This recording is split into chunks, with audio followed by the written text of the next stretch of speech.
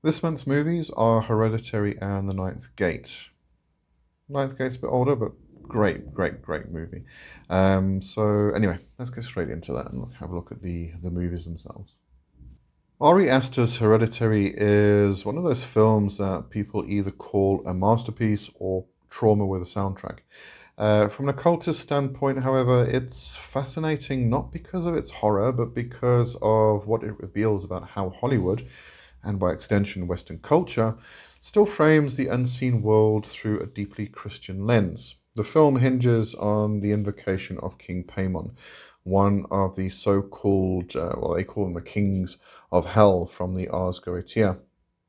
Yet everything about the way Paimon is presented and the events surrounding him reflects a misunderstanding that turns occult philosophy into pure monstrosity. It's effective cinema, but it's not the truth. At the surface level, Hereditary tells the story of a family cursed by its matriarch's secret involvement in a demonic cult. After her death, her daughter Annie, son Peter, and the rest of the family are drawn into an escalating series of tragedies, accidents, hauntings, possessions that eventually culminate in Peter's body becoming the host for King Paimon. The atmosphere is thick with dread, and Asta's mastery of tension is undeniable. But when we strip away the cinematic manipulation and the moral panic that Hollywood loves to dress up as the occult, what we're left with is an uncomfortable truth. Hereditary is not about magic, it's about how Christian moral frameworks refuse to see any engagement with spirits or demons as anything but evil. In the Ars Goetia, or Ars Goetia if you prefer that pronunciation, Paimon is not a creature of malevolence. He is a teacher, a spirit of knowledge, psychology, alchemy, and hidden wisdom. Those who've actually studied or worked with the Goetia know the 72 spirits are complex intelligences, not comic book villains or destructive monsters. They embody forces of nature and consciousness, which can be approached with respect, discipline, and spiritual maturity. The grimoires themselves read more like manuals for negotiation than declarations of war against hell. Yet in Hereditary, Paimon becomes the embodiment of everything corrupting, violent, and inhuman. A figure that strips away identity and autonomy in exchange for power. This is classic Christian inversion, where any god or spirit outside the sanctioned pantheon is rewritten as infernal. The ritual elements depicted in the film are a mixture of genuine references and Hollywood invention. The symbol associated with Paimon, for instance, is drawn from traditional cult iconography, though its use here is purely aesthetic, an emblem of lurking evil rather than a sigil of summoning or communion. The idea of a cult venerating a demon is also plausible from a ceremonial magic perspective, but the depiction is cartoonish.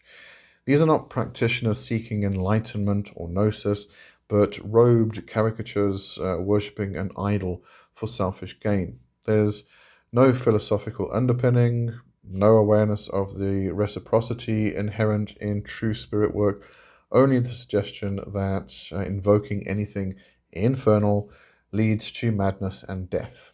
This, again, is the Christian framework bleeding through.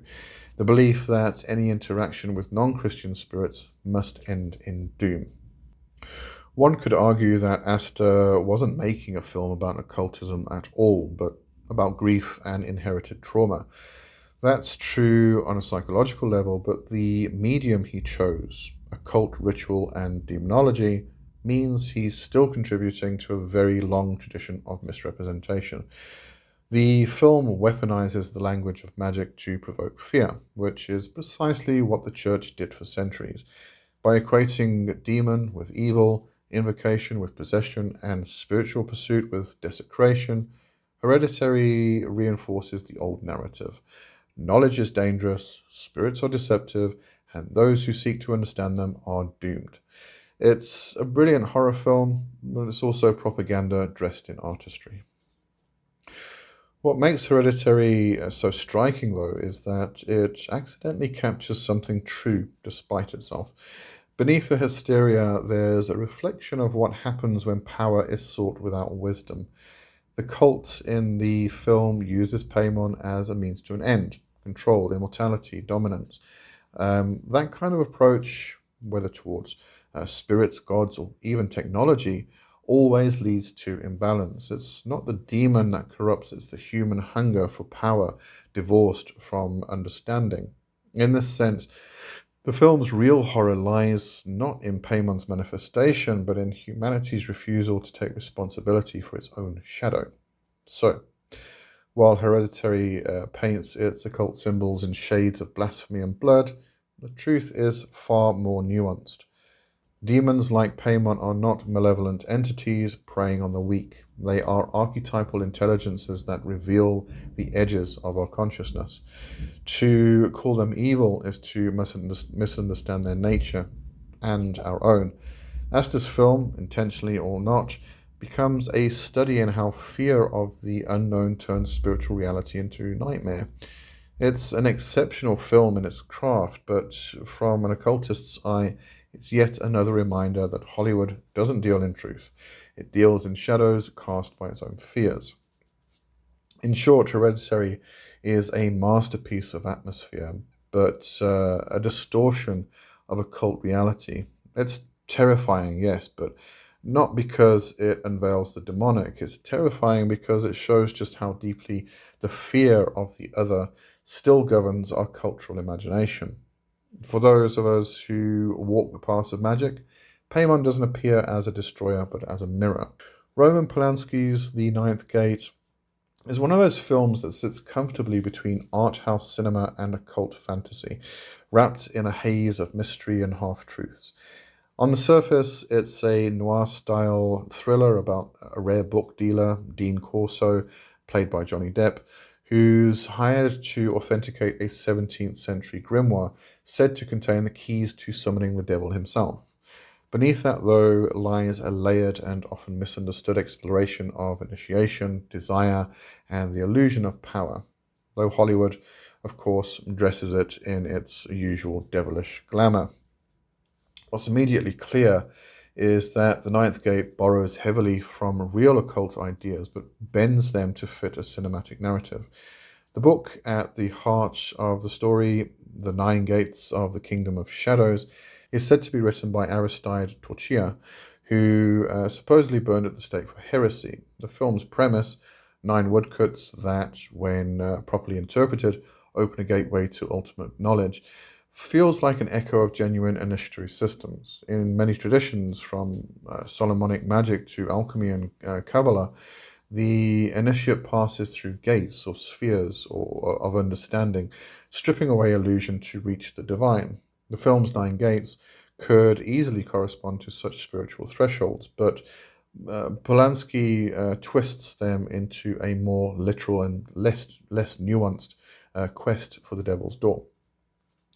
Hollywood's influence is clear in how it turns the occult into spectacle.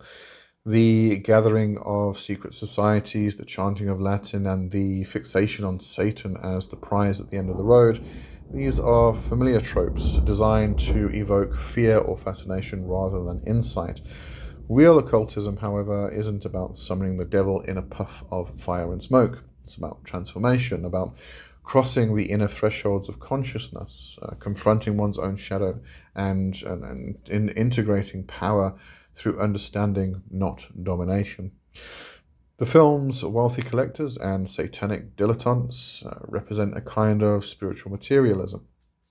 They treat magic as a commodity, something to own rather than embody. In that sense, Polanski may be satirizing the very mindset that cheapens spiritual pursuit, turning the sacred into a collector's item. There are, however, moments where the Ninth Gate flirts with something far more authentic.